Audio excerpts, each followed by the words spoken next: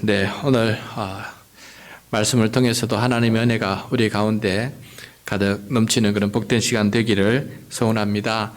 오늘 말씀은 드디어 바울이 멜기데 섬에서 머물렀다가 로마로 입성하는, 로마에 도착하는 이야기를 우리들에게 들려주고 있습니다. 여러분 아시다시피 바울은 죽음의 위협, 또 죽음의 위협, 그것을 연거푸 넘어서 드디어 이제 로마에 도착하는 그런 이야기입니다. 주님께서 바울에게 해주신 약속을 이제 완전히 성취하시는 성취의 장면이기도 합니다. 로마에 도착할 즈음에 그때 바울이 기도를 드립니다. 감사 기도를 드려요. 그래서 굉장히 짧은 감사 기도인데 저한테는 그 짧은 감사 기도가 굉장히 큰 감사 기도로 저에게 다가오고 있습니다. 그래서 오늘 설교 제목을 도착 감사 기도다. 도착 감사 기도다. 이렇게 지었습니다. 또 그럴 것이 오늘 우리 바울의 기도 시리즈에도 마지막 도착의 의미가 있습니다. 그동안 우리 바울의 기도 시리즈 33회차 오늘 마지막 마무리하는 날이기도 합니다. 그동안 주님께서 바울을 통해서 우리가 무엇을 기도해야 되는지를 바울을 통해서 끊임없이 배우게 해주셨는데 그 배움에 오늘 어떻게 보면은 앞으로도 계속 배우겠지만은 기회가 될 때마다 이번 시리즈의 마지막 도착 지점이기도 합니다. 그래서 제가 오늘은 바울의 기도 33가지, 33가지 해가지고 제가 유인물로 나눠 드렸어요. 그래서 오늘은 특별히 그것을 놓고 함께 기도하는 시간, 그동안 우리가 무엇을 기도했는지도 기억하고 어떤 기도 제목을 배웠는지도 한번 기억하고 또 그것을 감사하는 마음으로 지금까지 33가지를 가르쳐주신 주님께 감사하는 마음으로 한 번 더 기도하고, 그래서 기도의 여정, 바울과 함께하는 이 기도의 여정을 마무리하는 그런 감사의 기도를 드리는 그런 시간이 되었으면 오늘 말씀과 함께 어울리고 또 적절하다는 생각을 해보게 되었습니다. 오늘 말씀 사도행전의 이야기, 사도행전에서 볼 수 있는 사도 바울의 마지막 기도의 모습입니다. 그 모습을 함께 우리 묵상하면서 오늘은 또 우리에게 어떤 기도를 가르쳐 주시는지 함께 경청하는 시간 가지도록 하겠습니다. 바울은 밀레도 섬에서 배를 타고 이제 떠나는 내용인데요. 11절 말씀 우리 다시 한번 듣도록 하겠습니다. 11절. 석 달 후에 우리가 그 섬에서 겨울을 난 알렉산드리아 배를 타고 떠나니 그 배의 머리 장식은 디오스구로라. 밀레도 섬에서 3개월을 보내게 됩니다. 그 도착해서 항해를 할 수 없는 겨울을 넘어가야 이제 겨울에는 워낙 폭풍도 심하고 날씨가 너무 추워서 항해를 할 수 없는 그런 시즌이 있기 때문에 무려 3개월 동안 밀레도 섬에서 바울은 아마도 굉장히 복음을 많이 전하는 그런 기회를 또 얻게 되었을 거라 생각합니다. 거기에서 3개월을 지내고 이제 알렉산드리아에서 애굽에서 물품을 싣고 곡물을 싣고 저기 로마로 가는 그 배, 계속 지나가는 배인데 그 알렉산드리아에서 출발한 배를 타고 이제 로마로 이제 가게 됩니다. 그런데 이 배의 머리 장식이 나오는데 왜 이런 말을 했을까 모르겠지만은 곰곰이 생각해 보니까 참 의미가 있다는 생각이 들어요. 그 배의 머리 장식은 디오스구로라고 되어 있어요. 여러분, 디오스구로라는 말은 헬라어로 쌍둥이란 뜻이에요. 쌍둥이. 왜 쌍둥이냐? 그리스 신화에 나오는 제우스의 쌍둥이 아들이 있습니다. 쌍둥이 아들. 카스토르와 폴룩스라는 그런 쌍둥이가 있다고 그래요. 그런데 이 배의 선장이 이 배를 만들 때 이 배를 지키는 수호신을 하나 선택한 거예요. 이 배의 수호신은 누구냐? 바로 제우스의 쌍둥이 아들, 그 두 아들이 바로 이 배의 수호신이다 해서 그 두 쌍둥이의 조형물을 배의 머리 부분에다가 이렇게 붙여가 놓은 거예요. 그래서 이 쌍둥이 신들이 이 배를 수호해 주겠다, 수호하는다라는 그런 것을 드러내기 위해서 그렇게 붙였다고 합니다.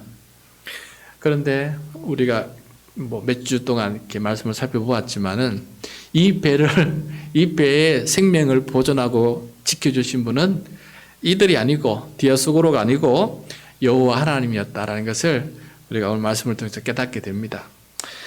그 배를 탄 276명의 생명을 하나님께서 이 바울을 통해서 온전히 지켜 보호해 주시는 것을 우리가 보게 돼요. 그런데 굳이 이 말씀을 오늘 한 거 보면은 저는 그런 생각이 들었습니다. 세상은 세상을 이끌어가는 이 세상 문화를 이끌어가는 것은 전부 다 우상이다. 그 우상이 이끄는 배 위에 우리 그리스도인들은 타고 살아가고 있다는 것을 간접적으로 상징적으로 보여주기 위해서 굳이 그 배의 상징이 장식이 무엇인지를 우리에게 가르쳐 주는 것이라는 생각을 해보게 되었습니다. 여러분, 마치 세상 문화 속에서 우리 그리스도인들이 살아간다는 것 참 쉽지 않다라는 것을 보여주고 있어요. 눈에 보이는 것은 우상이고, 눈에 보이는 것은 태풍이고, 눈에 보이는 것은 위협이고 그런 거예요. 하나님은 눈에 안 보이시고 기도하는 사람의 마음에만 들리는 그런 분이다 보니까 이 세상을 이끌어가는, 선두에서 이끌어가는 것 모든 것들은 우상인 것처럼 보이는 거예요. 그러나 그 속에서 우리는 참된 신앙을 가지고 살아가는 신분을 가지고 있다는 것을 이 바울을 통해서 다시 한번 보여주고 있는 것 같습니다. 팀 켈러라는 목사님이 있는데 그분이 쓴 책에, 번역된 책 중에 책 제목이 거짓 신들의 세상이라는 책이 있어요. 제법 두꺼운데 한국에서 많이 목회자들한테 이렇게 번역이 되어서 많이 읽혀진 책 중에 하나입니다. 거짓 신들의 세상. 여기서 거짓 신들이라는 것은 바로 우리 성경에서 말하는 우상을 말해요. 우상을. 그런데 거기서 목사님께서 말씀하신 우상은 성경에 나와 있는 바알과 아세라 이런 걸 말하는 것이 아닙니다. 오늘날 우리들의 마음 깊은 곳에서 우리의 마음을 움직이는 것을 말하고 있어요. 놀랍죠? 우리의 마음을 움직이고 있는 것은 그 하나님인가 아니면 다른 무엇인가 했을 때 우리가 깨어있지 못하면은, 우리가 기도하는 마음이 아니면은 우리의 마음을 온통 움직이는 것은 사실 우상들이 더 많습니다. 제 자신 살펴봐도 그래요. 순간순간 나를 움직이는 것은 하나님이었나 아니면 세상의 욕망이었나 했을 때 세상의 욕망이 나를 움직일 때가 너무너무 많아요. 세상의 두려움이 나를 움직일 때가 너무 많고 세상의 비교의식이 나를 움직일 때가 더 많아요. 그래서 이 거짓 신들의 세상에서 말하는 우상은 어떤 우상들이냐? 성경에 나오는 눈에 보이는 조각품을 말하는 게 아닙니다. 진짜 우리 마음속에 있는 실질적인 우상들을 많이 하고 있어요. 그 목사님이 이렇게 말씀하십니다. 인생의 좋은 것들, 그게 우리의 우상이 된다. 또 가지고 싶은 것들, 진짜 가지고 싶은 것들, 나는 이걸 가지고 싶다는 것이 우리의 우상이 된다. 어떤 걸 누리고 우쭐해지고 싶은 것들, 자랑하고 싶은 것들, 사실 이게 우리의 우상이 된다. 내가 우월하다고 하는 환상, 내가 누구보다 더 우월하다는 이 환상이, 그 환상을 자꾸 만들어내고 싶어하는 환상을 만드는 공장이 우리 마음속에 있는데 그것이 결국은 우리를 이끌어가는 거짓 신들이다라는 것을 말씀해 주고 있어요. 그래서 곰곰이 생각하면 이런 것들이 우리의 모든 생각들을 이렇게 이끌어가기 위해서 거짓 하나님으로서 우리 마음에 떡하니 자리 잡고 있어서 우리의 마음을 조정하고 있으니 이 거짓 신들을 잘 분별할 줄 알아라. 그냥 동상으로 세워진 거 하나 그게 문제가 아니라 우리의 마음을 움직이는 것이 결국 우상이 된다는 것을 말해주고 있습니다. 그래서 이 알렉산드리아 이 배에 디아스고라 이 우상을 보면서 우리는 다시 한번 곰곰이 한번 생각해 보아야 되겠습니다. 나를 움직이고 있는 것이 결국 뭘까? 그래서 하나님 아닌 모든 것들이 결국 내 마음을 움직인다면 그것이 바로 디아스고로다. 그것도 쌍으로 나를 움직이고 있는 것들을 오늘 바라보면서 주님, 그것을 이길 수 있는 사람 되도록 도와주십시오. 그런 우상들을 이길 수 있는 믿음이 될 때 내 영이 살고 내 믿음이 살고 하나님을 절대 신뢰하는 믿음이 살아갈 수 있고 내 영이 죽지 않고 살아갈 수 있으니 하나님 그것들을 바라볼 수 있는 내 믿음의 그 눈을 주십시오. 그런 믿음의 눈을 가지고 기도할 때마다 그것을 보고 그것을 믿음의 선포로 이겨나가고 또 그래서 정말 하나님께서 기뻐하시는 생각과 선택과 행실을 할 수 있을 때 우리는 디아스고로를 이겨나갈 수 있는 사람이 될 수 있다는 것을 오늘 기도를 통해서 깨닫게 됩니다. 그래서 우리 기도할 때 하나님 바울처럼 눈에 보이는 것은 뒤하고 속으로 있지만은 결국 이기는 것은, 나를 인도하고 나를 이기는 것은 누구냐? 여호와 하나님이시다라는 것을 보여줄 수 있는 그런 사람이 되도록 기도하는 것, 이것이 바로 바울을 통해서 배우는 또 기도 제목이다라는 것을 깨닫게 됩니다. 자, 그 다음 바울은 로마로 가기 전에 도중에 몇 군데를 거쳐서 가게 돼요. 몇 군데를 거쳐서 가게 되는데 12절부터 14절까지 말씀 같이 읽겠습니다. 수라구사에 대고 사흘을 있다가 거기서 둘러가서 레기온에 이르러 하루를 지낸 후 남풍이 일어나므로 이튿날 보디올에 이르러 거기서 형제들을 만나 그들의 청함을 받아 이레를 함께 머무니라. 그래서 우리는 이와 같이 로마로 가니라. 아멘. 로마 가기 전에 보디올에 이르게 되는데 거기에 믿음의 형제들을 만나게 돼요. 여러분, 이 보디올에 있는 교회는 성경 어디에 봐도 없는 교회예요. 교회 이름이에요. 이것을 볼 때 우리가 깨달아야 될 것 중 하나는 성경에 기록되지 않는 초대교회들이 얼마나 많았다는 사실을 우리가 다시 한번 생각해 보아야 됩니다. 성경에 기록될 수 있었던 것은 바울과 관계된 사람들만 기록된 게 있죠. 그렇지 않은 교회들은, 다른 제자들에 의해서 세워진 교회들은 그들이 기록을 안 남기기 때문에 일일이 다 기록을 못하고 있어요. 그런데 거기 가는 도중에 보디올이라고 하는 섬에 그게 교회가 있을 줄 어떻게 알겠어요. 그런데 거기서 믿음의 형제들을 만나서 그들의 도움을 받아가지고 7일 동안 거기서 머물면서 그들의 도움을 얻게 되고 또 함께 그 교회에서 복음을 바울이 또 전하게 되는 그런 것들을 보게 됩니다. 그래서 성경에 보면 이름도 없고 빛도 없고 또 이렇게 드러나지 않은 그런 숨어있는 믿음의 조연자들이 참 많아요. 그런 사람들이 없었더라면은 주연자들도 제 역할을 감당하지 못했을 것입니다. 좋은 주연이 있기 위해서는 좋은 조연이 있어야 돼요. 그래서 조연이 있을 때 주연이 빛나는 것처럼 사도 바울이 이렇게 하나님 앞에 영광스러운 일을 할 수 있었던 것은 그와 함께 동행했던 사람이 있고 이렇게 숨어서 이름도 없는 이런 성도들이 그를 섬기고 도와준, 후원해준 많은 사람들이 있기 때문에 사도 바울이 있었다는 것을 우리는 결코 잊어서는 안 됩니다. 그래서 사도 바울이 정직하게 고백하지 않았습니까? 나의 나된 것은 오직 주님의 은혜다. 나의 나된 것은 오직 주님의 은혜다라고 이 고백 속에는 어떤 것이 포함이 되냐면 오늘 말씀처럼 보디올의 이 형제 자매들처럼 이름도 빛도 없이 섬겨주는 수많은 사람들의 기도와 후원이 있었기 때문에 그 모든 것이 다 주님의 은혜로 사도 바울에게 다가왔기 때문에 사도 바울은 그렇게 다 주님의 은혜다라고 이렇게 고백하고 있는 것을 보게 됩니다. 여러분, 우리도 지금 이제 권사가 되고 이 자리에 나와서 기도하게 되는 이 모든 일들을 곰곰이 생각해 보면은 사도 바울 같은 마음으로 한번 고백하는 믿음이 좀 필요한 것 같아요. 내가 잘나서 이렇게 됐다. 그렇게 말하면 이제는 감사할 것도 없고, 그건 또 우상이 돼. 내 자신이 우상이 되는 거예요.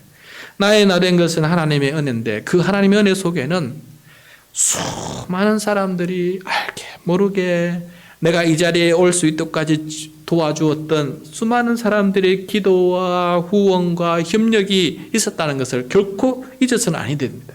그래야 우리는 여러분 겸손해질 수 있고 내 주변의 모든 사람들에게 감사할 수 있고 그들에게 겸손해질 수가 있는 거예요.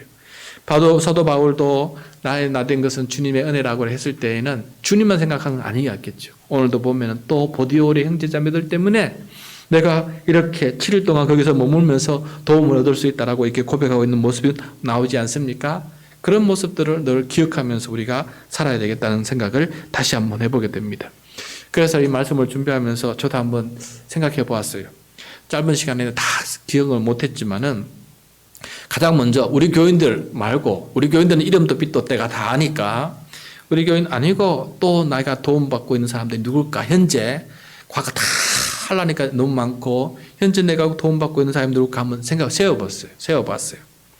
받은 복을 세워보라 그랬잖아요. 세워볼 때 또 은혜가 되더라고요. 가장 먼저 떠올랐던 게 장모님이세요. 장모님 3명마다 저와 사모를 위해서 우리 교회를 위해서 늘 기도해 주고 있습니다.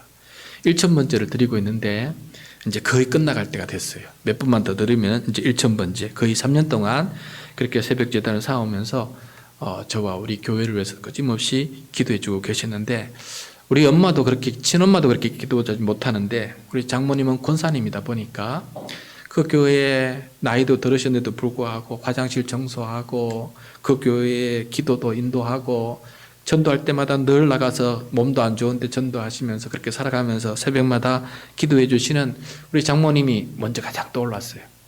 그분의 기도에 아니었더라면 내가 이렇게 할 수 있었을까. 그래서 중보기도가 가장 먼저 떠올랐습니다. 그 다음에 두 번째 또 떠올랐던 분은 빛도 없이 이름도 없이 이렇게 해주시는 분은 매주 그 교회 중보기도 시간에 저를 위해서 기도해 준 이정교회 권사님 한 분 계세요.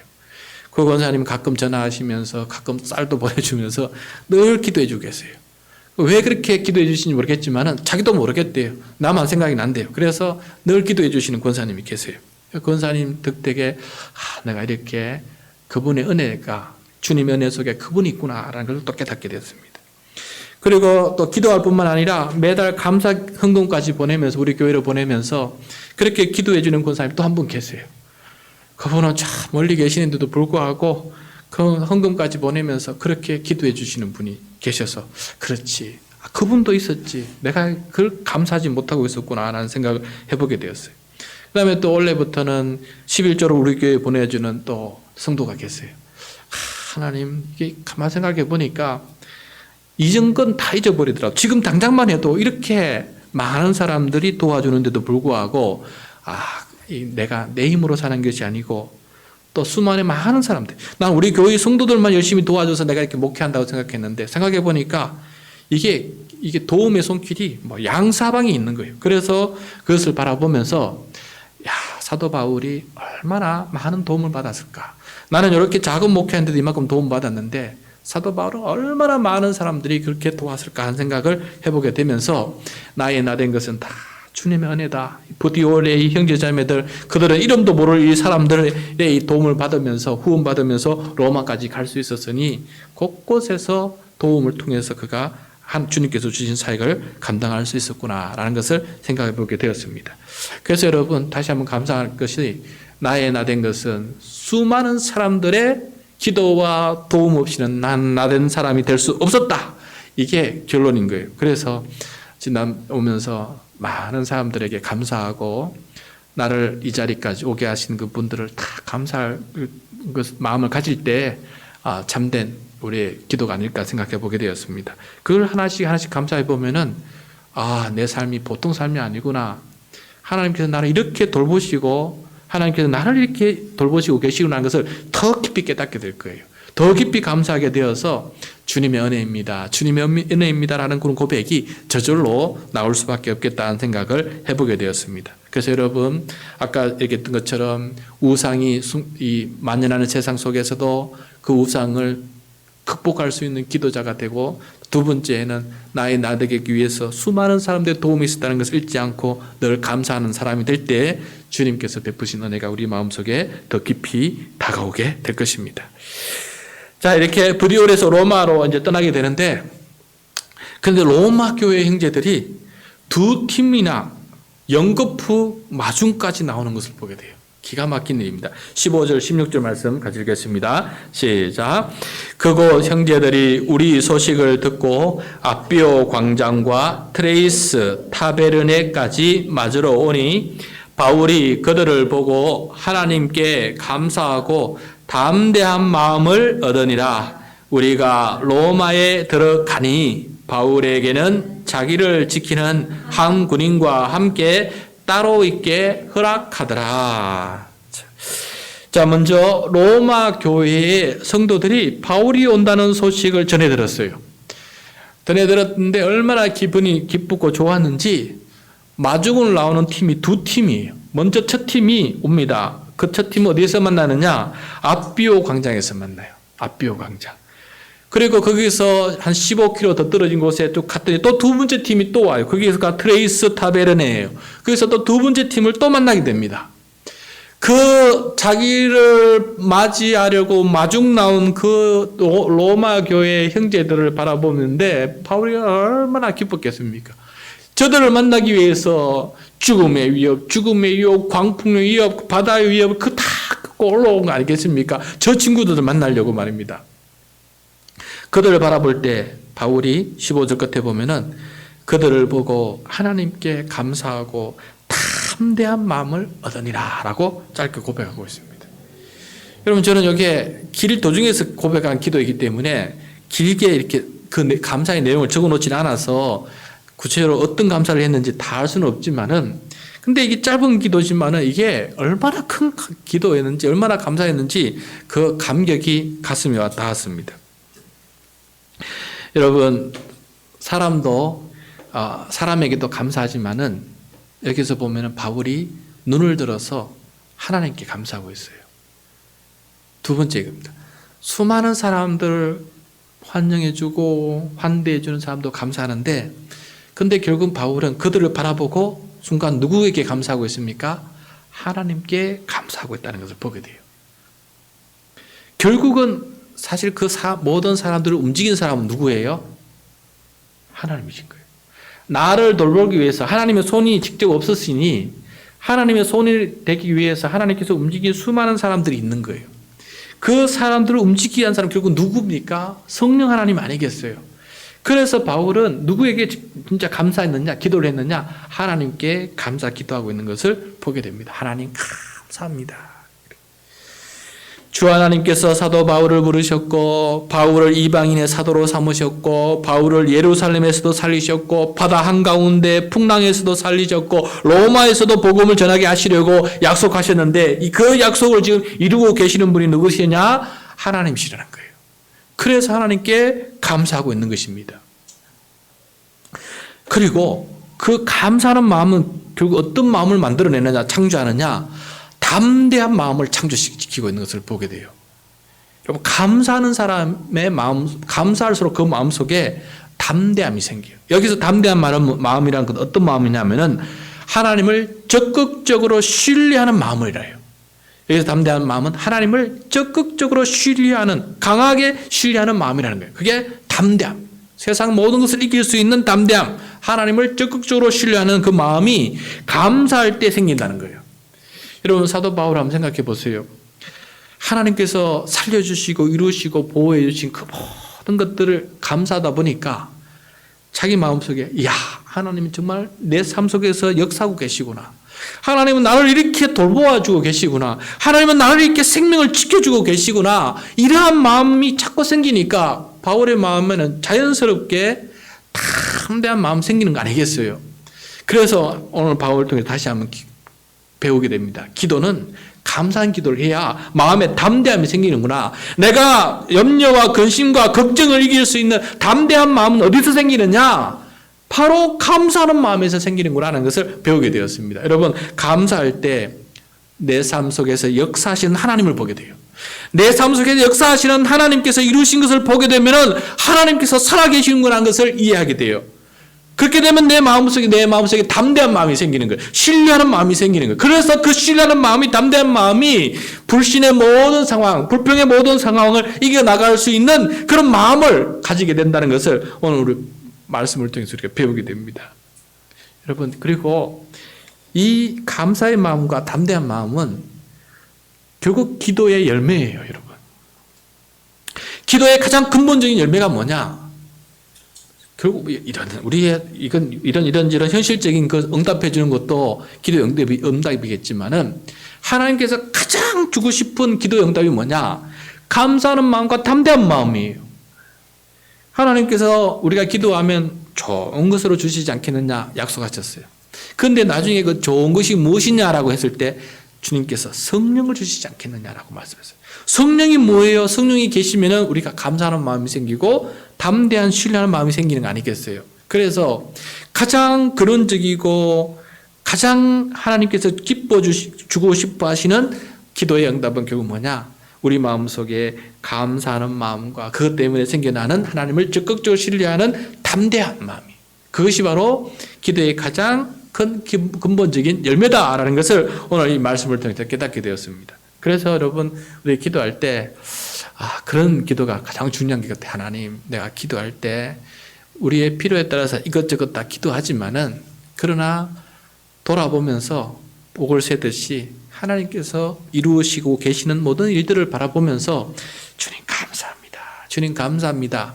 그런 기도를 올려드리는 사람이 되게 도와주십시오. 여러분 오늘도 마찬가지 아닙니까? 오늘 사도 바울을 통해서 보면은 오늘 우리가 일상을 바라보면 늘 근심, 불평, 화난 것 이것밖에 생각이 안 날 때가 너무 많아요. 우리가 워낙 바쁜 인생을 살아가고 여유 없는 인생을 살아가고 뭔가 쫓겨가는 인생을 살고 뭔가 이게 항상 이게 사회생활이 불만족스러운 이 사회생활을 살아가다 보니까 경쟁사회에 살아가다 보니까 비교의식 속에 살아가다 보니까 늘 우리의 마음속에는 불평과 뭐 부족함과 억울함과 이런 것들이 가득 차 있어요. 그것이 우리를 움직이는 우상처럼 우리의 마음을 움직이는 동력이 될 때가 많아요. 그런데 오늘 그걸 잠깐 돌아서 보면은 바울처럼 하나님께서 이루신 일들을 바라보고 감사하고 하나님께서 행하신 그 모든 감사 일들이 너무나 많은데 우리는 눈에 보인 것만 가지고 자꾸 불평하는데 너무나 많은 것들 다 감사하다 보면은 오히려 우리에겐 더 그것을 이길 수 있는 담대한 마음, 하나님의 약속을 성취할 수 있는 그런 담대한 마음이 생긴다는 것을 오늘 말씀을 통해서 다시 한번 깨닫게 되는 것 같아요. 그래서 이 담대한 마음 때문에 하나님께서는 이 사도 바울을 여기서 끝내지 않아요.